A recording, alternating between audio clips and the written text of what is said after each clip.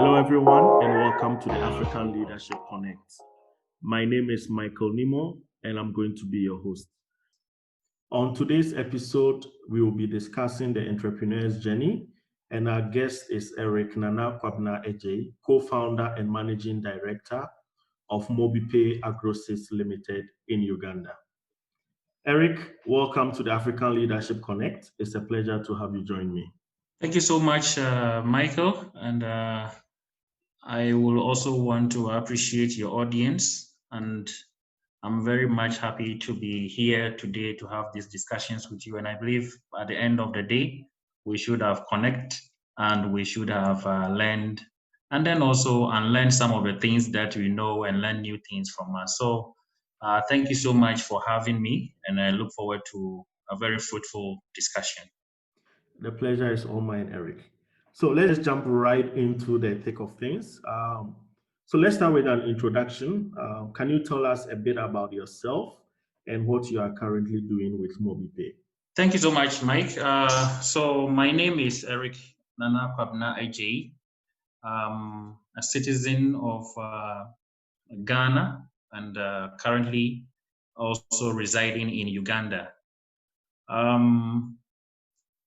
I have been working with MobiPay for the past 3 years, and it started as a small company, but it's growing at the moment. I come from a background of ICT, holds a bachelor's degree in computer programming, computer science, and currently in my early 40s, married also with 3 children, and currently working on a number of projects in the ICT world using MobiPay as an institution, where we are working closely with farmers, especially smallholder farmers, agribusinesses, and processors. My educational background, I started on in Ghana, in my primary, my secondary, and also did a bit of my mid education because I come from a pure technical background. So I attended St. Paul's Technical School in Kuprentumi, Eastern Region, where I did my mechanical engineering craft studies, from which I also did my mechanical engineering technician courses, after which I did certificate in ICT, then did diploma with Cambridge International College, distance education, what we now call online. I did it and then moved down to Uganda, where I did my bachelor's in computer science. So currently, as has been said by Michael, I'm a co-founder and managing director of MobiPay Agrosys Limited, which we're going to talk about how it started and the difficulties we went through and where we have reached at the moment and our journey going into the future.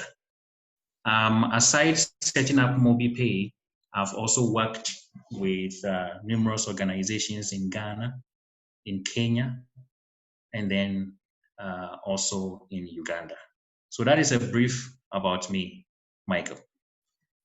Wow, I'm loving where the discussion is going already. So since we are still on introduction, can you just give us a bit about what currently Agrosys, MobiPay Agrosys is doing and how big you are now since we are talking about entrepreneurship? So if you can just give us a bit of scope about your current situation right now, how big you are, how many clients are you working with, which type of partners are you working with? That would be very nice. Yes, thank you, Mike. So MobiPay Agrosys Limited is an ICT-based organization. We call ourselves the Ag FinTech organization, in that we've positioned ourselves to be able to provide information technology services to people in the agriculture sector, at the same time providing payments to same actors. And we've been working also with the mobile network operators as well as financial institutions. That is why we position ourselves as an ag fintech, because we will be able to provide systems and technology that can handle agriculture, on its own. And then also we provide systems and technologies that handles financial services. MobiPay started in 2016. That's MobiPay Agrosys Limited. It's a company that started as a family business that was co-founded by myself, my wife, Mrs. Joyce Lamono, and my brother-in-law, Reverend Father Robert Omara. So we formed it, and I may say that we formed the company from my sitting room. And that is where we started with the three of us. But currently we have 12 staff, and we are also working with 130,000 smallholder farmers. We are working with 156 cooperatives and working with 3 financial institutions, and then also working with MTN and Airtel. Currently, we've had the opportunity to work with different development partners. That is a United Nations Capital Development Fund. We've also worked with USAID, that is under the Producer Organization Activity Program, the Youth Leadership for Agriculture Program. We've worked with Palladium. We've also worked with Goal Uganda under the Dynamic Program, then VSO under the Dynamic Program. And currently, we are working on the COVID-19 Recovery and Resilience Program with Goal Uganda. Our work has virtually taken us through the entire country of Uganda, where we deal mainly with the agriculture sector.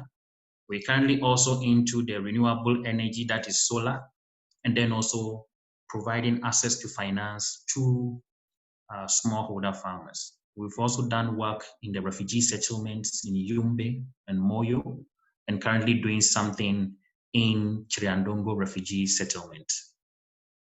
We work, as I said, we are working with about 12 permanent staff, and we have close to 400 youth agents who work closely with the farmer organizations that we work with. Currently, the business is growing, the company is growing, and it has a lot of potential that we believe that with the work that we are doing and digitizing activities of the farmers, we can make them visible to the financial institutions where they can have access to finance and credit, and can also work and do farming as a business. That's a little about MobiPay at the moment. Michael. Wow, this is amazing. And I'm just going through the numbers you are throwing around, and my head is just swirling around a bit. But all this you've achieved with your team in just 4 years, which is really amazing. I don't want to give away most of the discussion right from the beginning, so I'll still hold on with some of the questions I have, so that we can go into more details, so that at least the audience can learn more about you as the questions keep coming in. So, from your introduction, MobiPay has been in the market for the last 4 years. And we know that on average, most startups don't even survive the first 5 years. So we can say that you look to be on course to break that barrier. But my first question to you is, how will you describe the entrepreneurial journey? Because today it's all about entrepreneurship, and then looking at the journey of an entrepreneur. My first question is, how will you describe the journey, right from when you started 4 years ago, as you mentioned, in your living room with your wife and your brother-in-law as a family business, to where now you are working with over 130,000 small-scale farmers, full-time staff of 12, with over 400 youth agents also working with these farmers. So it would be very nice to know if you could describe for us this journey. One of the key things that affect us, the entrepreneurs, and sometimes we are not able to break that barrier, is the fear of the unknown. And secondly, it's about being rigid with the products that you have developed. Now, for an entrepreneur, what you seek out to do is to find solutions to a problem. So sometimes we sit back, we look at the problem, we develop a product or a service that will solve that problem, and we go into the market to present this particular product with our target audience in mind, or our target market. But sometimes when you get to the field, you'll notice that your product does not speak to the needs of the consumer or the beneficiary. And that is where most entrepreneurs do get it wrong, whereby they tend to be rigid, they don't want to listen to the market, and we end up collapsing. Like you rightly said, we don't meet our 5th year and we collapse. So many companies have seen that. But in MobiPay, what we did was to have an idea of what we want to do. MobiPay also is as a result of number of years that I have worked with development partners doing consultancy for them, and then also a number of years that my board chairman has also worked as a director of a development organization. Now, what we saw was that critical to business in agriculture sector is access to finance. However, smallholder farmers also do not meet the requirement of the commercial banks. So it's more like there is a need for a service, but at the same time, the service cannot be found because the two do not understand themselves. So the idea came in that if we can make the smallholder farmers financially visible, then they will be able to access credit from the financial institutions. So we developed a concept, developed a system, and went into the market with it. And it was not all that rosy. But what we also put at the back of our mind is our ability to be able to learn and recreate and co-design our product and services with the beneficiary in mind, or involving the customer in product designing. And that is what has helped us. So when we started doing this, we started coming up with products that speaks to the needs of the farmers, speaks to the needs of the agro processors, speaks to the needs of the buyers. Then the development partners also saw the need and the gaps that were there for them to come in and fill. Now, I'll give you an example with our working relationship with United Nations Capital Development Fund. They saw that we are working with farmers and we are trying to eliminate off-takers going into the field with bulk money to pay farmers physical cash. So when they saw this, they came in to help us to do what we call the MM4P, mobile money for the poor, whereby they supported us to go in and do phone literacy, train farmers as to how to use their phones, get them SIM cards, and then also help them to be able to understand the use of mobile money. So once we created that linkage and we sorted out that problem, off-takers were able to pay farmers who were willing to accept digital money instead of physical cash. So that is how has come about in terms of having able to sustain ourselves and then being able to meet the market needs and then solve the constraints of the beneficiaries, the customers, as well as the users of the platform. In terms of the staffing, again, as we moved on, projects started coming up, services started coming up, and there was the need for us to expand. Again, critical to an entrepreneur is that sometimes when you start, you don't have money. And I must tell you a story that we sold my wife's car to be able to get the first contract that we had, because the contract was for us to start working before there will be payment. However, when we got the contract, we didn't have money. So we had to sell her car and then make sure we get money to be able to go in and solve the problem. So there's a lot of sacrifices that needs to be done by the entrepreneur, and we must know that this product and service is our baby. We need to think big, look at the bigger picture, and then we'll be able to sustain ourselves after the 4th year. Thank you. Wow, this is interesting. I'm just imagining the conversation you had with your wife about selling her car. I don't want to imagine the discussion. Okay, my dear, you understand what is going on. This is the only car we have. Can we sell it? Then the type of questions that will become about what are we going to do with kids and everything. But as you rightly mentioned, it's all about the big picture. Having that big picture, the vision of where you want to go, and being willing to make the sacrifices today so that that picture you see as an entrepreneur comes to pass in the near future. This is very powerful. I'm taking down some notes myself. One thing you really also mentioned was the team experience, that when you started, you had experience, the chairperson, your chair also had experience, your wife also had experience. So you did not just come up with wishful thinking or just cooked up something in the air without the requisite experience or someone on your team having the experience to help you understand the market problem. And I also love what you talked about, the market need. We always hear about meet the market need. But you gave a practical example, and then also working with customers on product design was also very helpful, I believe, in your success story. So this is interesting. I think as we go on, I'll keep asking some questions to get more insight into some of this. But still kicking on with the questions, talk to us for a few minutes about leading a startup.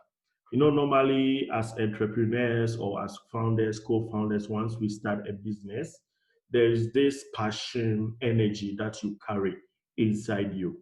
Even when you sleep, you wake up in the middle of the night with an idea, with a solution, with some thoughts that you put down, ready to work early morning to push it forward. But now that you've grown to move from your sitting room, 3 co-founders, to now leading a team of 12 full-time staff and 400 people in the field supporting your vision.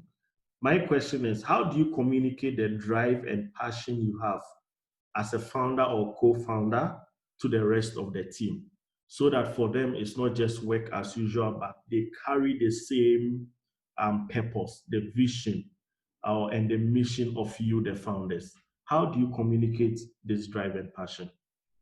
Yeah, thank you very much, Mike. I also made it clear also that when you are running a startup or as an entrepreneur, one of the key things that you also need to have at the back of your mind is your ability to groom your team to be able to share in your passion.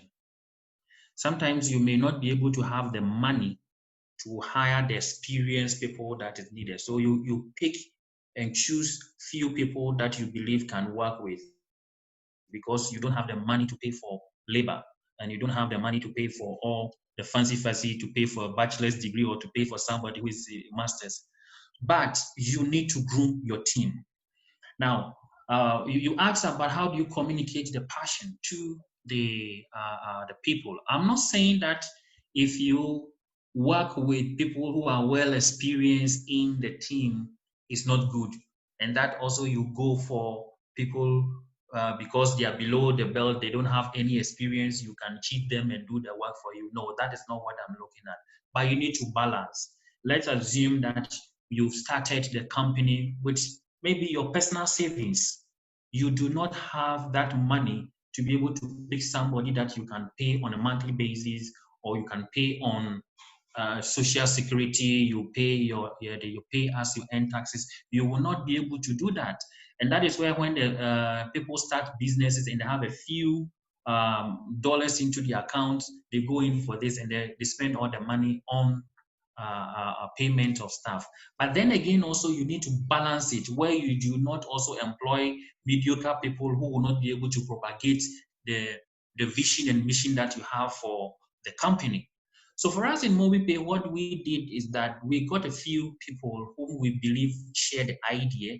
We had discussions with them, we had talks with them, and then we were able to identify their passion, what they've been able to do, and the money that we have at our hand at the moment to be able to push them to be able to understand the product.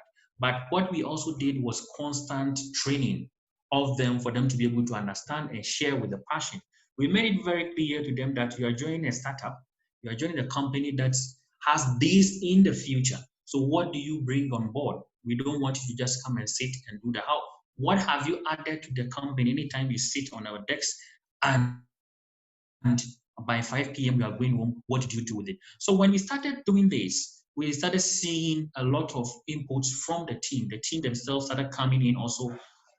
Management want us to do it, but we believe that if management will open up and do things in this particular way, we will be able to push it. And another key thing also about an entrepreneur is that you have to be able to listen and learn.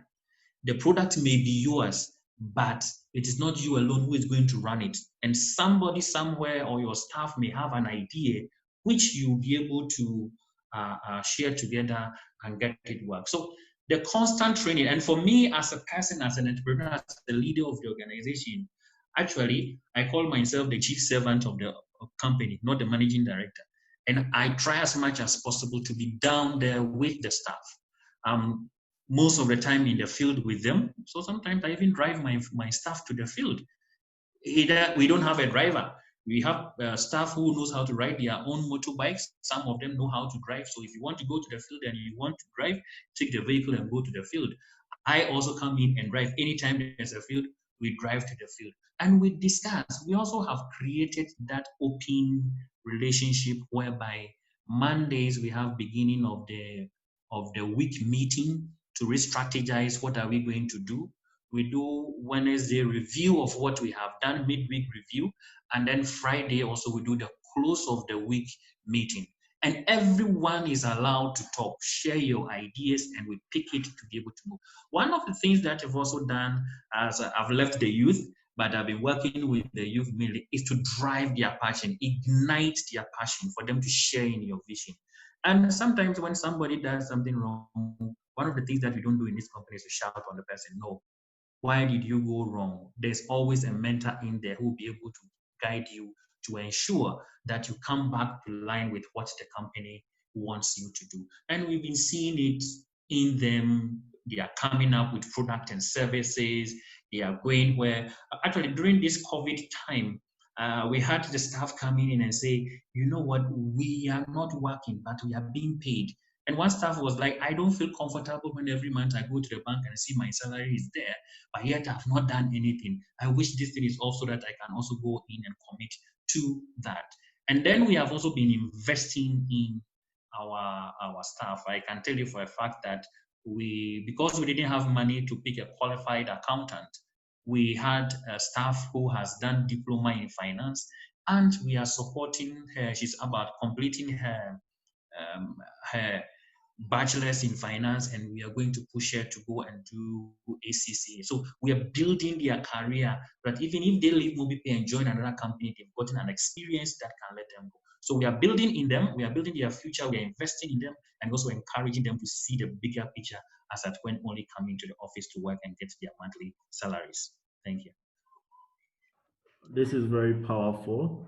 You mentioned about fueling the passion of the young people you work with. I just want to do a follow-up question on that one. Is that how do you? Because I think one of the things that will be at the back of the minds of my listeners will be, okay, it's easy to say fuel the passion of people, but how do you fuel their passion? How do you get them so enthusiastic about what they are doing for you? So if you can delve a bit deep into it for the next 2 minutes about a particular example to help us understand how you fuel their passion, that would be very great. Yeah, thank you very much, Michael. So I'm going to use the example of our branch manager in Lira, the northern part of Uganda. So this is a young man who virtually had no experience in terms of working. He had done some things with Centenary Bank. So when we picked him, I personally sat down with him and I told him, Michael, this is how I went about it. I asked him, will you be able to manage this office? So he held back, and I could see the fear in his eyes that I'm going to manage about 5 people. I have this asset that I need to manage. There is computers, there are motorbikes in here, the office equipments are all there, and I need to manage some people that are even older than me. So I asked him, will you be able to do this? He didn't give me an answer, but I told him that I want you to do it. and I see certain positiveness in you, which I believe we can harness to do this to build this particular company.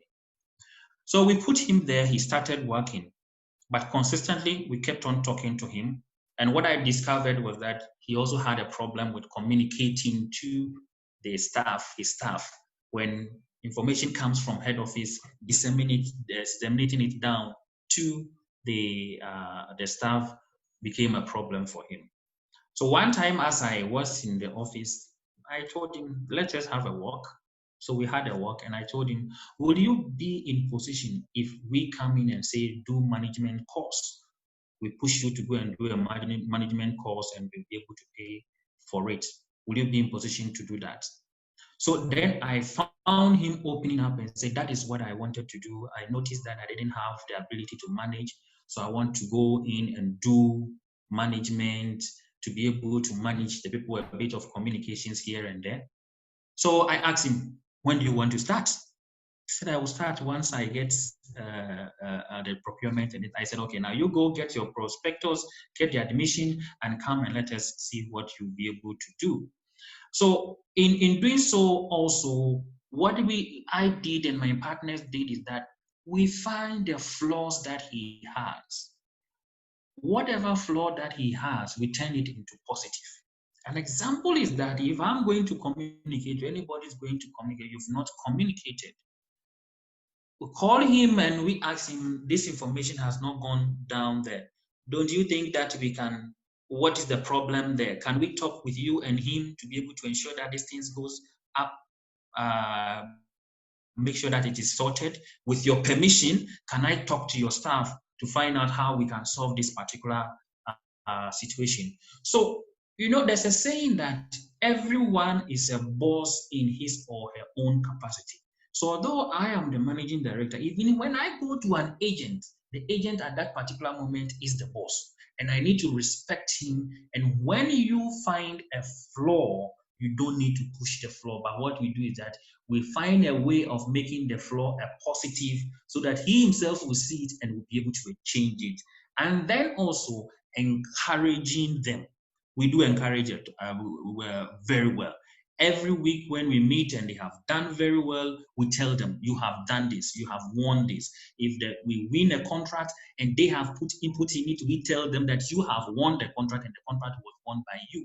We also allow them to learn, do the reporting, we correct the report, and then they submit this.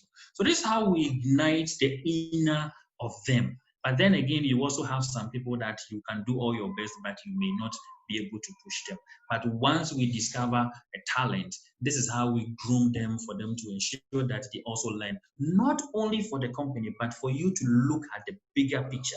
So that if you are working with MobiPay and tomorrow you get a better offer, I'm expecting you to leave MobiPay and go to a much higher position, not only going down or going to sit home. But when you are leaving MobiPay, you are leaving MobiPay because you've gotten a better opportunity that will enhance your career, finance, or can even enhance your family. So these are some of the things that we put into their minds for them to be able to bring all their best into the company. Wow, this is powerful. So I'm seeing more around grooming them, training them, being there to guide them as well. And talking of grooming, I have a question.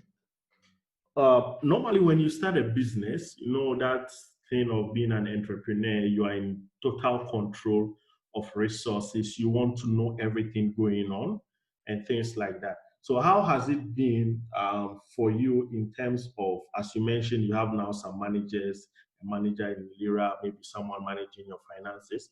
How has it been for you to let go certain parts of management of the business to other people who did not start a business, but then trusting them and knowing that they will do maybe, if not the same type of work you would have done, but even better than you? Because normally, especially in the African setting, we are looking more of the African setting when it's normally a family type of business. You will see that power or authority or management is tightly controlled by the founders or co-founders. So they don't really let outsiders have insight like, okay, maybe if I have an accountant or a manager somewhere, they will know exactly how much money we are making, and then they will start making demand. There's so much fear about letting go of resources or letting go of control over certain parts of the business to professionals who can even do a better job. So how has it been for you? Yep, thank you very much, Mike. That is where the question that you've asked is the point where entrepreneurs break. Is the point where we fail, then we are not able to go past our fifth year. It is the point where we fail and we are not able to become the Googles of this world, the Microsoft of this world, the Facebooks of this world. As I said in the beginning, when you are an entrepreneur and you start a business, key to it that your finances are mainly low, and therefore you don't have the resources, you don't have the means to be able to have these people come in. So you find yourself becoming the head of finance, the head of HR, the head of IT. You find yourself doing all those things. And that is when now you can break. But as in MobiPay, as we move along, like I said, we started building the capacity of our staff. We identified talent in there and we said, no, you people need to come in there. So at a certain point, we had to let go. It is true, I have sold my wife's car, I've built the business, now money is coming. How do I bring somebody to come and see that this is the contract we've earned? And because of that, I don't let the person to see it. When you do that, accountability becomes a problem. And for us as MobiPay, the sort of client we work with and the partners that we work with, you can't do that. You are expected to file your tax. As I speak with you, we don't owe any tax. We don't owe any social security because we are bringing in even external auditors to be able to audit our accounts, and we present this to our development partners. So for me, for instance, when we started, we were three. Luckily, some institutions did not have that, but luckily for us, we were three people with highly experienced people. Joyce coming from about 12 years of managing a whole government institution, with Father Robert also coming in with about 20 years of managing huge portfolio, and myself also coming in with about 15 years working experience in the financial service sector. So we had all this. But even that, along the line, we saw that we will have issues. So we brought in the head of IT, we brought in the head of monitoring, we've brought in a finance person, we've contracted external auditors who will come in and audit our books. So when the budget even comes in, it is done by the finance people, brings it to me for approval. Any payment that is made, I am the final approver, but it goes through the processes before it is approved. So for an entrepreneur to move to the next level, you need to let go of some of the things that you do so that the business can grow. And not only are you looking at you alone as an entrepreneur, like I told you earlier on, we are having 12 permanent staff. We have over 400 agents. Their family, their contacts, the entire bigger picture is what the company needs to look at. So when you build an institution, it now becomes something that is affecting multiple lives and also affecting the economy of the country. So for you to be able to be moving from a startup to growth and now to where you want to reach, these are some of the things that you need to let go and you need to decentralize in your systems for you to ensure that the business can grow. An example is our various offices. They run their own accounting, they run their own petty cash, they run their own requests and everything.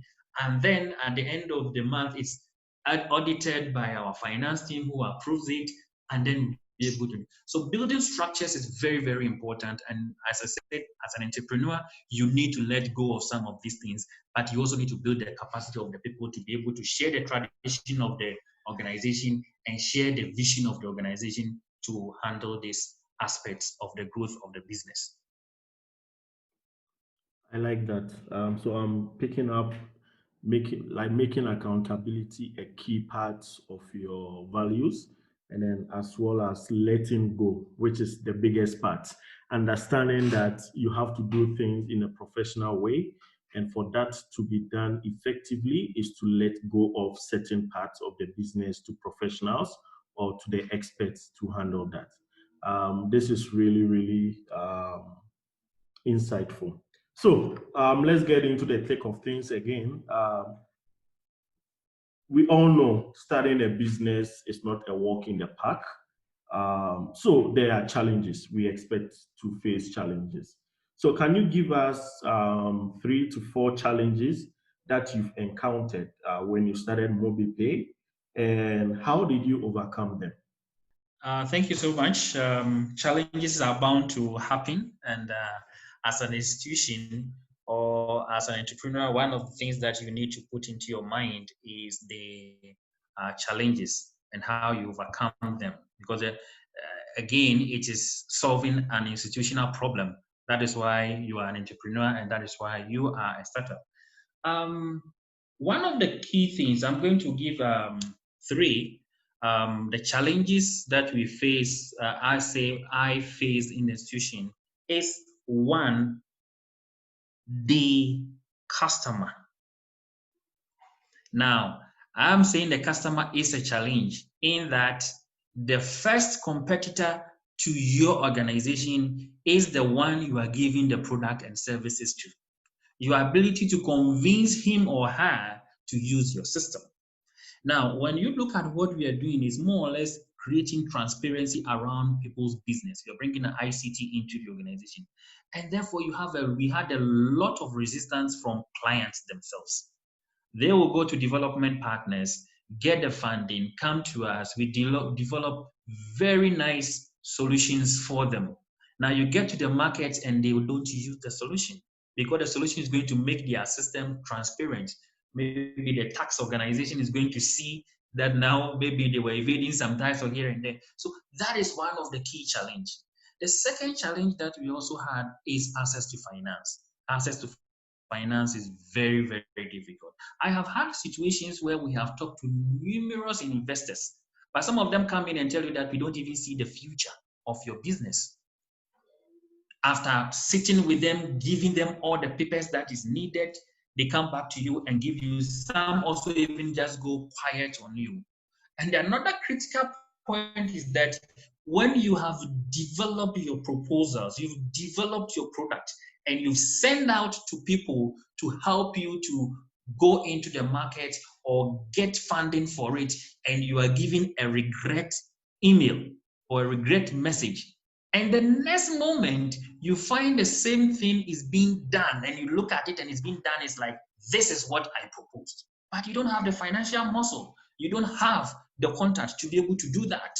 So these are some of the challenges that we've. And the third and most one is getting mentors to mentor you in your approach. No matter the experience that you have, when you come up with the wealth of experience that we had in uh, our various portfolios before we set up MobiPay, we still needed mentors to be able to mentor us to be able to reach where we're going. And I give credit to one mentor that I got. His name is Bram Peters. He's currently working in Pacific. And he told me one thing. I believe in your passion, the passion for you to drive this. So whatever that you need, talk to me and I'll be able to help you. So there are people who have the experience, but some of them, when you approach them, they want you to consultancy, give us money. So for an entrepreneur to identify a mentor that will mentor you, somebody you can fall back to and say, I'm stuck over here, and should be able to offer you that service for free and guide you to be able to reach where you are going, is one of the bigger challenge that we have. So those are the things that the challenges that we have faced, and these are some of the things that we have done to be able to go around it and sustain our business. Thank you, Eric. Really insightful. I just want to go back to about 2 or 3 of the challenges you gave, and if you can provide. So, for example, you talked about access to finance. So, as you mentioned, it was quite difficult, so many regret notes. People did not believe in it. But how did you work around it? For example, if you did not get the money, how did you keep yourself going until that big maybe contract or project came around that provided you with the boost to move on? Yeah, thank you so much. We in MobiPay have been very lucky in that among the directors of the company, we've been able to generate internal funds to run the business. So like I told you earlier on, beginning of it, we had some money from our various savings from the various work that we did. We also sold the wife's vehicle to add into the pool. And along the line also, our board chairman also told us, guys, you know what? You have been trying to get money from the banks. You don't have the collateral to be able to get the money. You don't, investors are not responding. I have some money over here. Get it to you guys and you start working. So we had money from within the board of directors ourselves, and we're able to pay. And another key thing to also solving that problem is that when we started getting our contracts, we did a reinvestment into the company.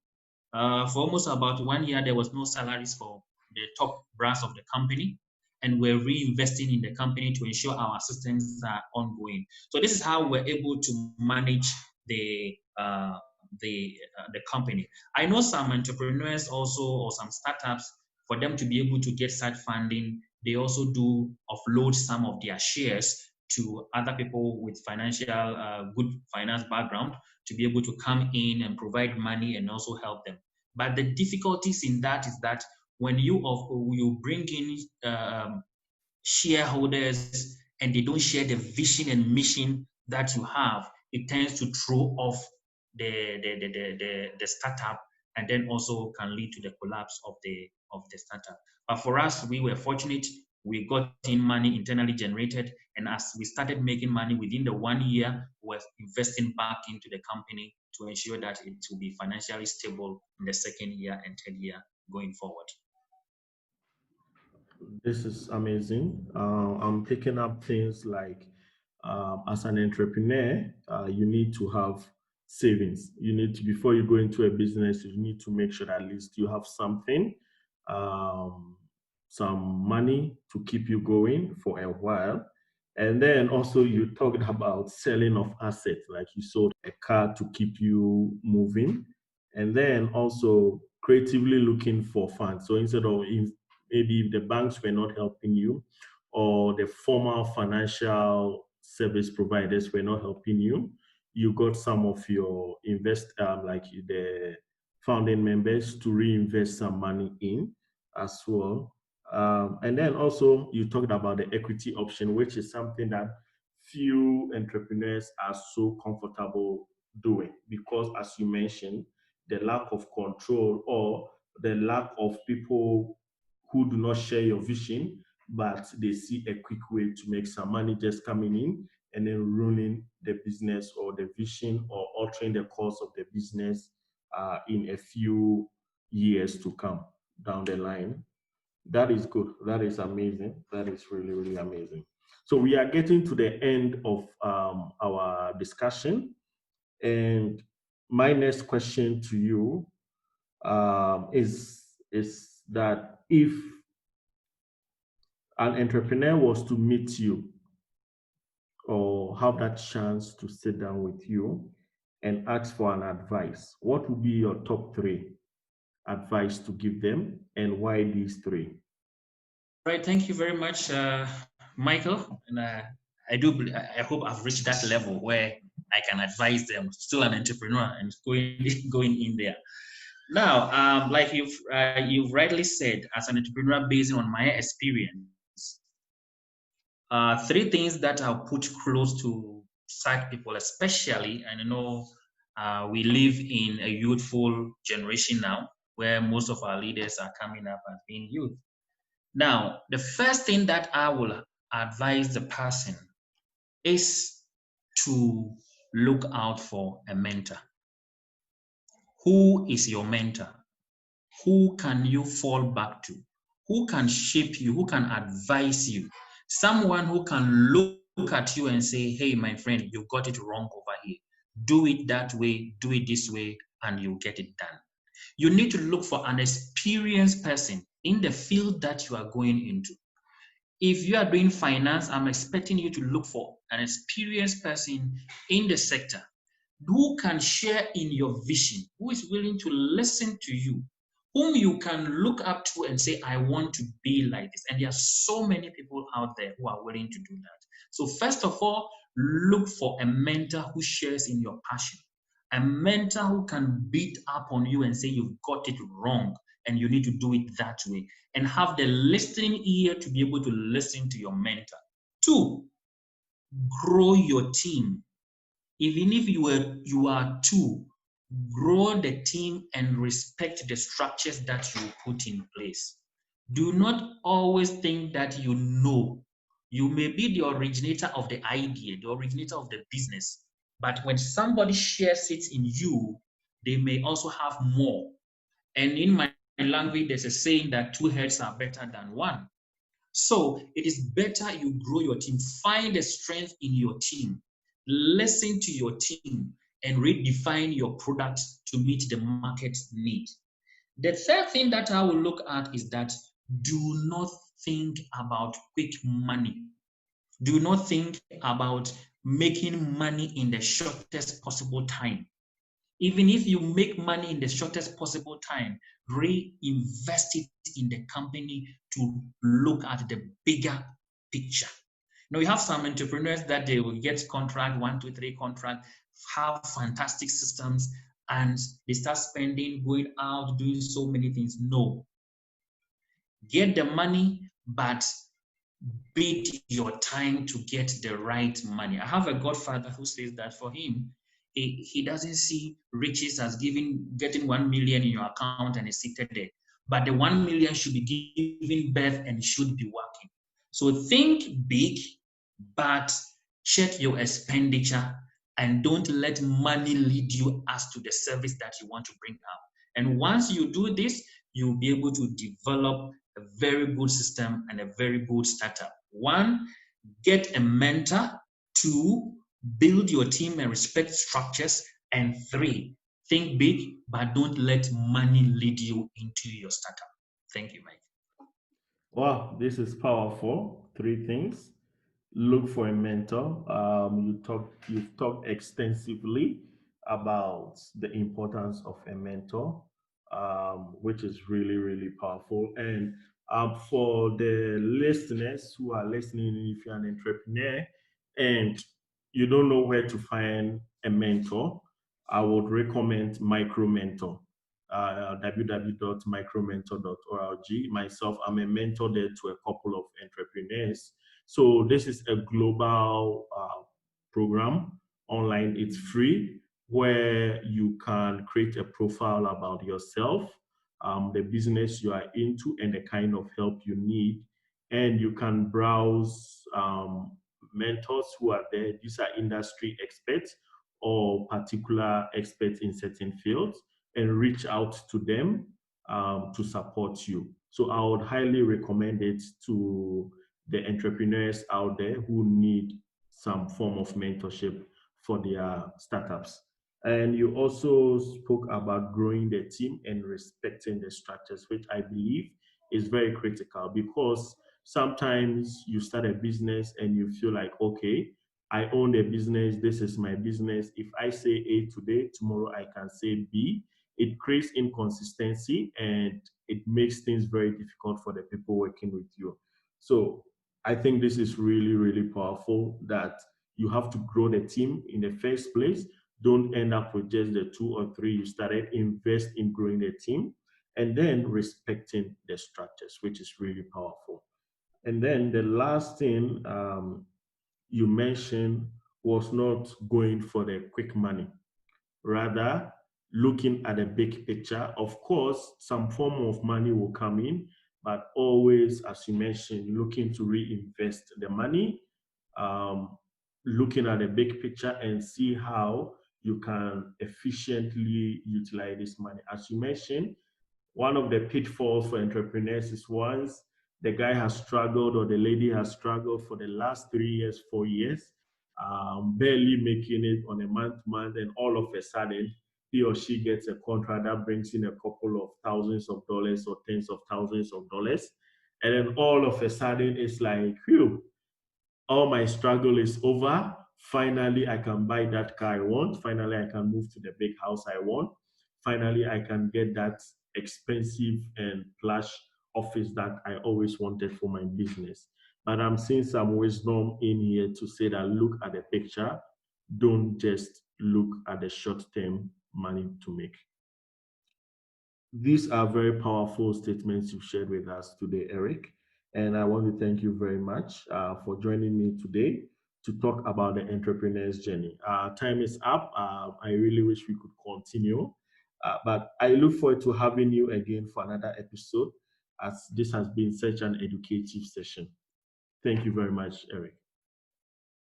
Thank you so much, Michael, and we look forward to sharing more with your listeners. Thank you.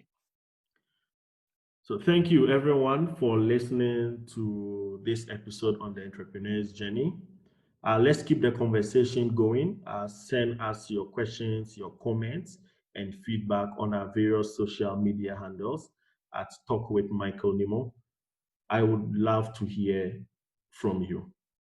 See you all on the next episode. My name is Michael Nana Nimoh, and I'm out.